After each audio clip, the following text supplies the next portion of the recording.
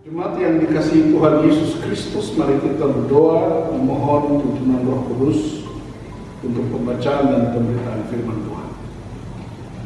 Ya Bapa, dalam kuasa Roh Kudus, kami terbatas. Kami butuh tuntunan Tuhan supaya kami mengerti kehendak Tuhan dalam hidup kami bagi kemuliaan nama-Mu. Sebab kami percaya firman itu kekuatan Allah yang menyelamatkan orang percaya.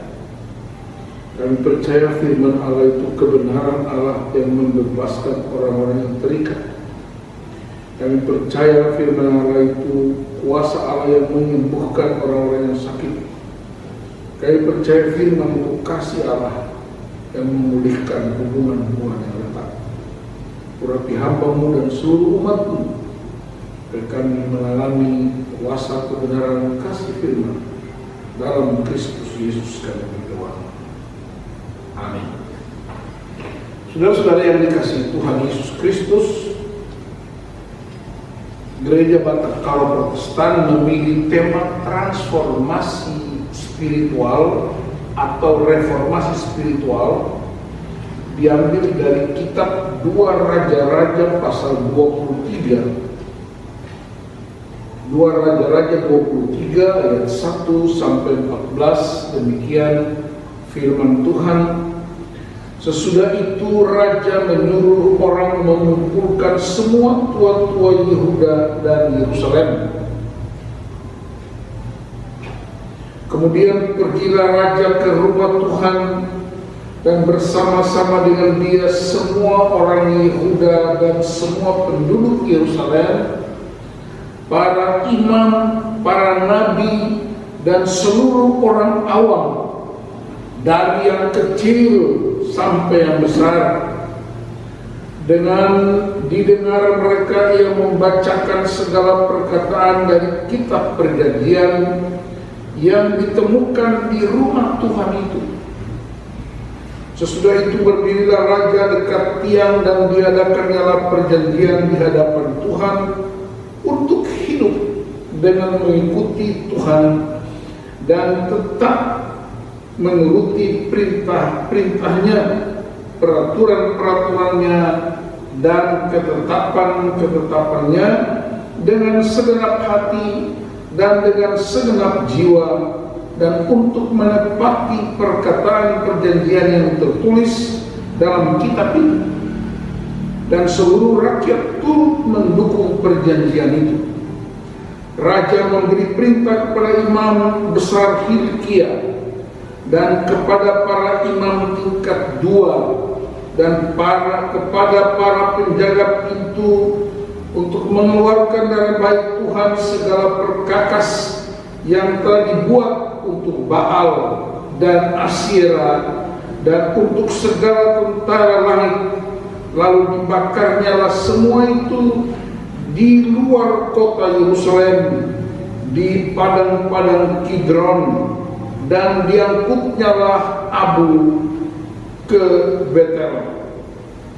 Ia memberhentikan para imam dewa asing yang telah diangkat oleh raja-raja Yehuda untuk membakar korban di bukit pengorbanan di kota-kota Yehuda dan di sekitar Yerusalem. Juga orang-orang yang membakar korban untuk Baal, untuk dewa matahari, untuk dewa bulan, untuk rasi-rasi bintang, dan untuk segenap tentara langit.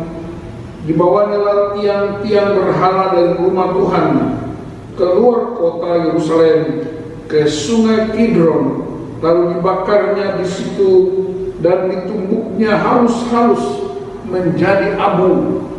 Kemudian dicampakkannya abunya ke atas kuburan rakyat jelata.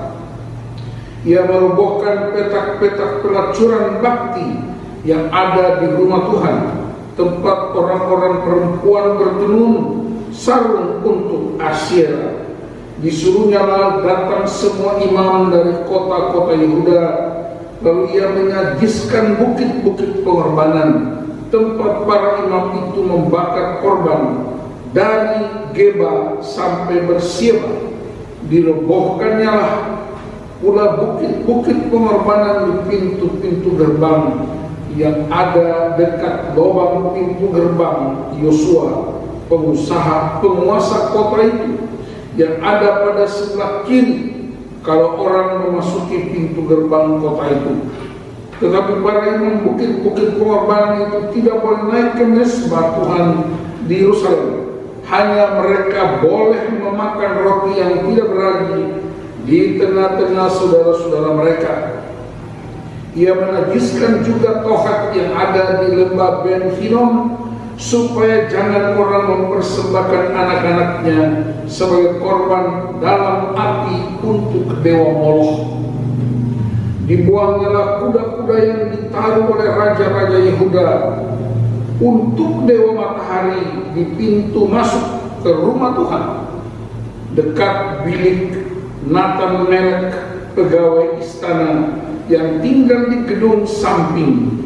Juga kereta-kereta dewa matahari dibakarnya dengan api.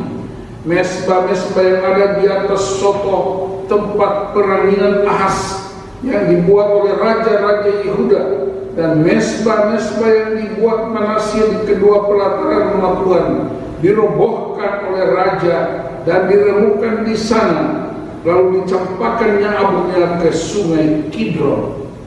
Bukit-bukit pengorbanan yang ada di sebelah timur Yerusalem, di sebelah selatan bukit kebusukan, dan yang didirikan oleh Salomo, raja Israel, untuk Asitoret, dewa kejijikan sembahan orang Sidon, dan untuk Kamos, dewa kejijikan sembahan Moab, dan untuk Milkom, dewa kekejian sembahan orang Amon, dinajiskan oleh raja.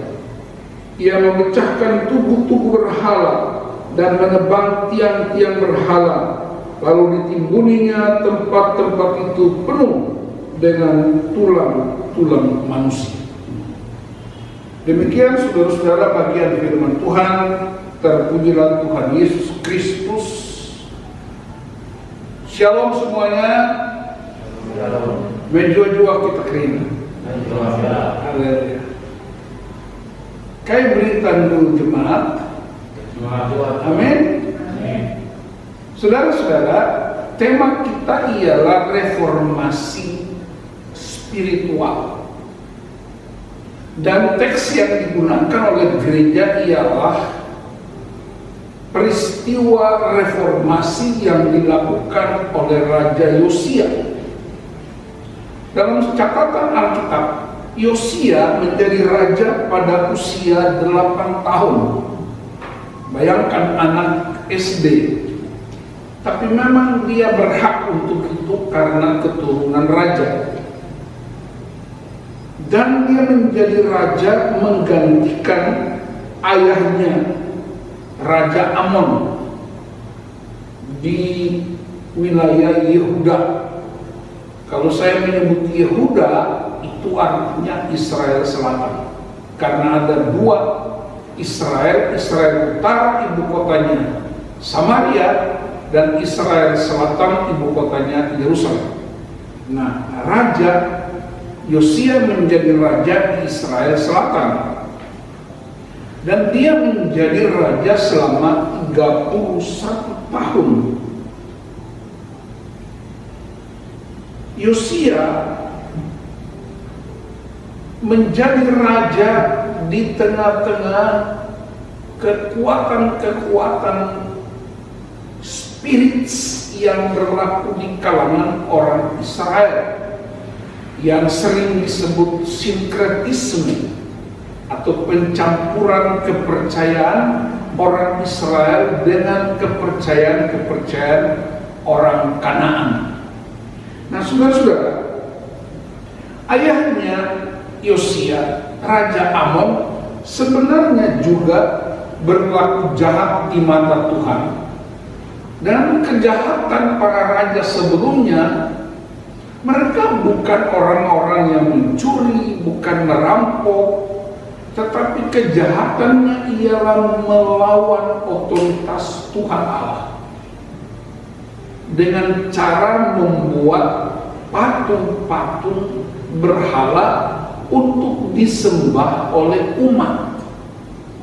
Bagi Tuhan ini amat serius, karena salah satu hukum Tuhan ialah jangan ada padamu Allah lain di hadapanku, dan aku akan membalaskan kesalahan bapak-bapak kepada anak-anaknya keturunan ketiga sampai keempat dari orang-orang yang membenci aku. Bahkan kita punya menjelaskan ketika orang Israel menyembah berhala, mereka disebut dengan istilah umat itu bersinah. Dan bagi Tuhan itu paling serius, karena itu janji Tuhan dengan umat. Ketika mereka keluar dari Mesir, ada sebuah janji yang diikat Tuhan dengan umat. Aku akan menjadi Allahmu dan engkau menjadi umat. Dan cara Tuhan mengeluarkan orang Israel dari Mesir ialah menghancurkan 10 dewa utama di Mesir. Kita ingat yang disebut 10 tulah. Sebenarnya 10 dewa dihancurkan oleh Allah sebelum orang Israel keluar dari Mesir, supaya Israel itu keluar dengan kemurnian hanya menyembah kepada Allah. Mereka tidak keluar dengan kuasa dewa-dewa dan berhala orang-orang Mesir. Itulah sebabnya Allah memusnahkan seluruh dewa penyembahan orang Mesir. Nah, problem kita ialah, saudara-saudara, Tuhan mengeluarkan Israel dari Mesir hanya butuh 1 malam. Tetapi untuk mengeluarkan mesin dari otaknya Israel, Tuhan butuh 40 tahun. Bahkan banyak mati di padang gurun. Yang masuk ke padang gurun, yang masuk ke Yerusalem hanya 2. Masuk ke tanah Kanaan hanya 2, yaitu Yosua dan Kaleb, dan mereka yang lahir di padang gurun. Saya rasa Yosua itu marga ginting. Kaleb itu kemungkinan dia dari Ambon itu, kawan mereka ya. Jadi saudara-saudara perhatikan, Tuhan tidak membunuh orang Israel di Mesir, di padang gurun. Dia memberi kebebasan untuk mereka memilih, dan pilihan mereka ialah mati di padang gurun. Nah, saudara-saudara, nabi demi nabi menubuatkan tentang hukuman Allah, murka Allah yang begitu besar. Salah satu nabi yang paling kuat bersuara tentang berhala, bahkan dia menangis di pinggir sungai Babel, ialah Nabi Yeremia. Dan kita ingat di dalam kitab Peratapan tulisan Nabi Yeremia, dia mengungkapkan murka Allah yang begitu hebat. Tetapi kemudian dia sadari bahwa murka Allah sehebat apapun dapat dikalahkan oleh kemurahan Allah. Itu sebabnya dalam pasal 3 ayat 22 dia berkata, rahmat Tuhan itu baru setiap pagi. Ada ruang yang terbuka untuk umat kembali kepada Tuhan. Dan ketika Yosia diangkat menjadi raja, salah satu tugas utama kepemimpinan Yosia yang diingat sepanjang sejarah sampai hari ini, yaitu reformasi Yosia. Apa isinya, saudara-saudara? Isi yang pertama ialah terjadi transformasi spiritual. Apa yang dia lakukan? Dia mengembalikan seluruh umat untuk hanya menyembah kepada Allah. Bukan sekedar beribadah di bait Allah, bukan sekedar membangun rumah Tuhan, bukan sekedar bernyanyi, tapi mengembalikan ayat-ayat yang kita baca, segenap hati, segenap jiwa, segenap kekuatan. Dan itu dia mengembalikan Israel pada sirma, pada pengakuan iman orang Israel. Ditulis dalam kitab Ulangan 6 ayat 4 sampai dengan ayat 5, dia berkata, dengarlah hai orang Israel, Tuhan itu Allah kita, Tuhan itu Esa, Kasihilah Tuhan Allahmu dengan segenap hatimu, segenap jiwamu, segenap kekuatanmu. Yesus kemudian menambahkan segenap akal budimu. Jadi itu pengakuan iman orang Israel yang sering disebut Shema. Itu ditinggalkan oleh umat. Setiap raja silih berganti, mereka meninggalkan pengakuan iman kepada Allah. Dan transformasi yang dilakukan Yosia ialah mengembalikan umat kepada pengakuan semula. Tuhan itu Allah kita, Tuhan itu Esa.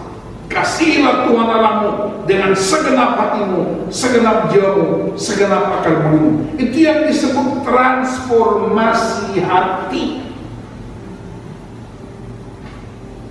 Dalam pembacaan kita yang pertama 1 Korintus 1 diingatkan oleh Rasul Paulus bahwa kamu adalah bait Allah, tempat kediaman Roh Allah. Itulah sebabnya sejalan dengan penciptaan Tuhan, kita adalah manusia roh yang hidup di dalam tubuh. Sehingga pernah ada istilah olahraga sering disebut mens sano in corpore sano. Di dalam tubuh yang sehat terdapat jiwa yang sehat. Tapi Alkitab bicara lain. Alkitab bilang di dalam roh yang sehat akan mempengaruhi tubuh yang sehat. Karena itu yang paling utama ialah roh yang sehat. Dan roh yang sehat itu Paulus bilang itu kepada jemaat di Roma pasal 12. Aku menasihatkan kamu supaya kamu mempersembahkan tubuhmu sebagai persembahan yang hidup, yang kudus, yang berkenan kepada Allah. Itu adalah ibadahmu yang sejati. Bahasa Inggrisnya ibadah yang reasonable, yang masuk akal. Karena ada banyak ibadah yang tidak masuk akal. Salah satunya ialah mereka menyembah patung dewa buatan tangan manusia. Padahal semua yang diciptakan itu datang dari Tuhan. Segala sesuatu di bumi datang dari Tuhan. Dan manusia menciptakan menggunakan bahan-bahan dari Tuhan untuk membangun patung, membangun dewa, membangun berhala. Sehingga kita berkata, mana mungkin kamu menyembah kepada ciptaan Tuhan. Yang benar menyembah kepada Sang Pencipta. Salah satu yang sangat populer, saudara-saudara jemaat, ialah seekor sapi. Ya, saya pernah melayani di India. Dan sejumlah agama tertentu menyembah sapi. Logikanya masuk. Kenapa sapi? Karena sapi itu berguna untuk hidup mereka. Mereka nggak menyembah babi. BPK itu nggak disembah. Kenapa? Kalau babi waktu hidup orang nggak suka, diusir-usir. Tapi kalau babinya udah mati, apalagi jadi BPK, kumpul semua kita. Nggak ada orang tolak BPK itu. Apalagi di Tanah Karo sana, saya berkali-kali ke Tanah Karo. Waduh, tiada hari tanpa BPK. Itu kalau udah mati. Kalau hidup, nggak ada yang dekat. Tapi kenapa orang menyembah sapi? Karena begini saudara, sapi waktu hidup kotorannya dipakai untuk pupuk. Dan pupuk itu menyuburkan sawah ladang sehingga membuat hasil buat rakyat. Sapi waktu hidup air susunya untuk gizi manusia. Sapi waktu hidup tenaganya dipakai banyak sawah. Waktu mati pun tak berguna. Dagingnya bisa sirloin steak, tulang-tulangnya bikin sop tulang, buntutnya bikin sop buntut, kulitnya bisa bikin sepatu atau tas atau kerupuk. Yang hebatnya matanya. Kalau dibikin telur mata sapi, telur ayam tapi judulnya mata sapi. Kan gak mungkin lah, ibu aku minta telur mata babi. Nggak ada, yang ada telur mata sapi. Itulah alasan mengapa sapi dijadikan dewa. Tapi saya mau beritahu saudara-saudara, itu orang-orang yang tidak mengenal keselamatan. Sapi ciptaan Tuhan. kita menyembah Allah Sang Pencipta, Yahweh, Allah Abraham, Allah Ishak, Allah Yakub, di dalam Yesus Kristus Tuhan. Itulah transformasi Yosia, mengembalikan seluruh umat kepada hakikatnya, yaitu Allah yang harus kamu sembah. Karena itu coba pikir-pikir, ya, terutama jemaat GBKP Rumpun Gading Serpong, ya, pikir-pikir di rumah. Memang kita mungkin tidak menyembah sapi, tapi kita punya berhala-berhala yang lain. Ingat saudara-saudara, berhala itu cirinya cuma satu: jika ada korban. Kalau istrimu korban, anak-anakmu korban, Anda sudah menyembah berhala. Apakah berhala itu? Dia bisa berupa hobi. Hobi itu lebih utama dari Tuhan dan keluarga. Dan ketika keluarga jadi korban, Anda sudah menyembah berhala.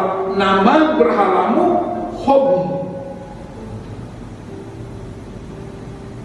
Saya sering ke Kabanjahe, ke Brastagi, ke desa-desa Dukung Siroga, pergi ke Laumacio, pelayanan di sana. Dan saudara-saudara, Bapak tahu di Karo itu ada namanya Aron. Aron itu ibu-ibu pekerja keras di ladang. Tapi ada Laron, pria-pria yang tidak bekerja tapi memakai hasil istrinya untuk berjudi, untuk main datang ke tempat-tempat pemancingan. Itu namanya Laron.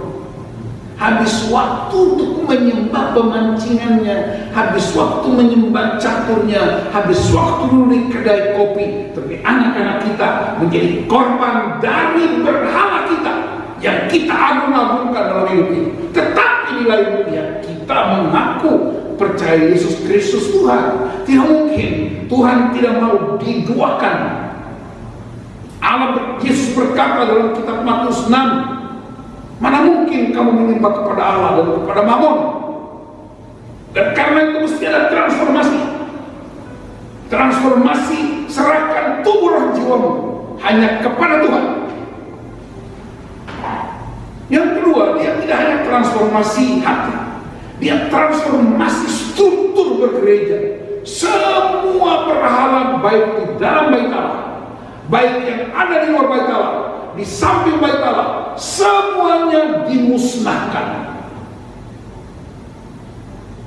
Pertanyaannya, apakah kuasa-kuasa gelap melekat pada benda-benda mati? Saya mau beritahu, kuasa gelap itu hanya hidup di tempat yang hidup. Dia ada di pikiran, di hati, dan tubuh jiwa kita. Tetapi kenapa bahan-bahan ini dimusnahkan? Kenapa berhala Baal Asitoret mesti dimusnahkan? Karena itu menjadi pengingat buat umat, sehingga semua pengingat yang diberikan kepada umat itu dimusnahkan untuk menghilangkan kecenderungan untuk menjadikan sebagai berhala.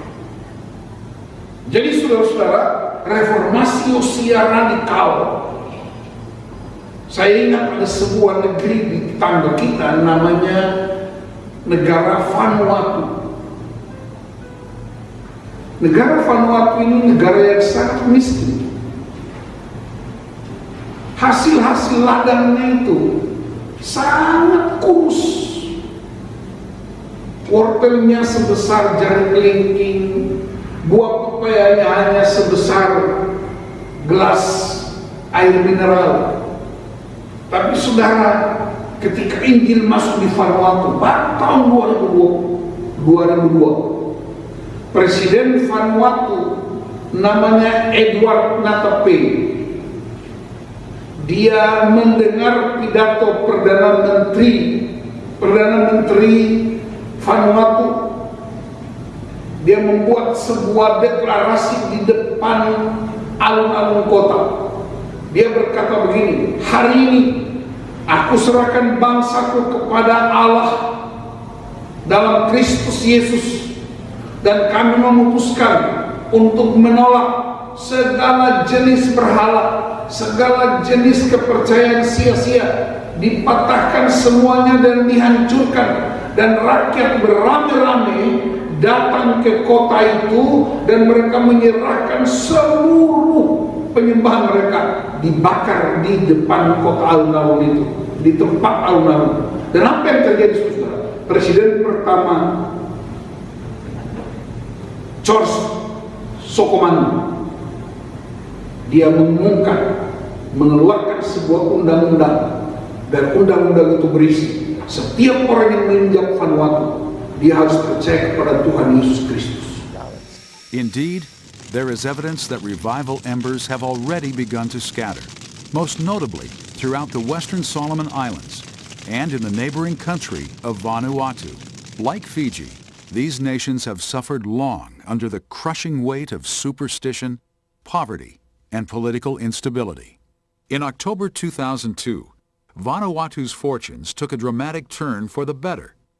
In a nationally televised speech, Prime Minister Edward Notape delivered a forceful repudiation of witchcraft and idolatry.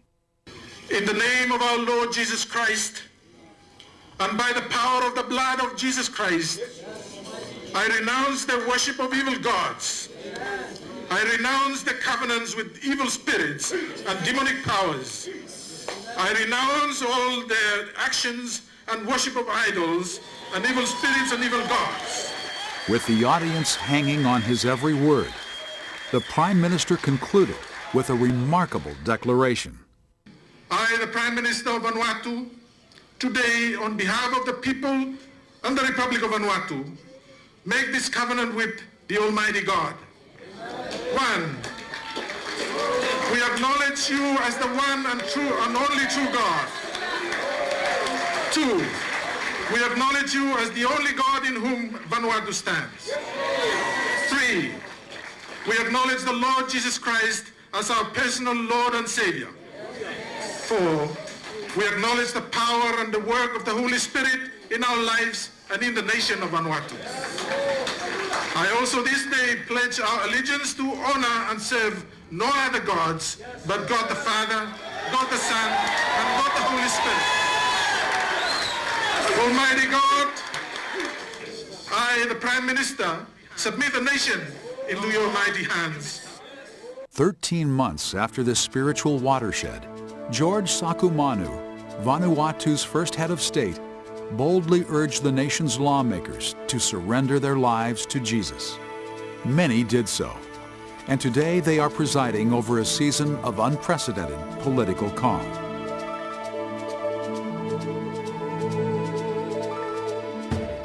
Awed by Jehovah's transforming presence, Fiji's faithful make no attempt at articulate speech. You cannot really explain it without God. Each of our prayer requests have been answered.